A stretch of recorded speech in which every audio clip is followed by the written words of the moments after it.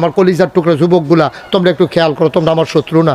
আমি যে তোমরা কি মায়া করি, আমি যদি কলজাটা কাটটা বার করতাম পারতাম, দেখলো ওই ফুরাটা কলজার মধ্যে যুবক যুবক যুবক যুবক যুবক যুবক যুবক যুবক যুবক যুবক হুদা যুবক লেহা সুবহানাল্লাহ কয় না।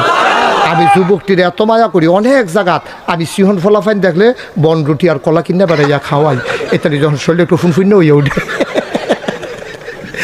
আর আপনার ফলাফাইনে কিতা মিলে খায় ডাইল, ইয়াপ্পা আঞ্জা দিয়া গাঞ্জা খায় ওষুধের দলে খাইয়া শরীরে হুগাইয়া বসপুচ্ছ হইয়া গেছে গা। তখন বাতাস এলেতে গাছও দৈরা খেয়ে রইতে হয়, কারণ তারি যদি উড়াইয়া লইয়া যায় কি একটা টেনশন না। মুসলমানের ফুটাইতে বা বাঘের বাচ্চার মতো, মুসলমানের ফুটাইতে বা বাঘের বাচ্চার মতো। আরে বড় 15-20টা দিয়ে সেদিন কংসনগর বাজারে কুত্তায় ক্ষণ দিয়েছে, ফালতে গিয়ে পানি ফুটে গেছে। শরীর কিছু নাই তো, যা শরীর কিছু নাই তো, এই নানান টান খাইয়া শরীরটা হুগাইয়া বসপুচ্ছ হইয়া গেছে গাতা।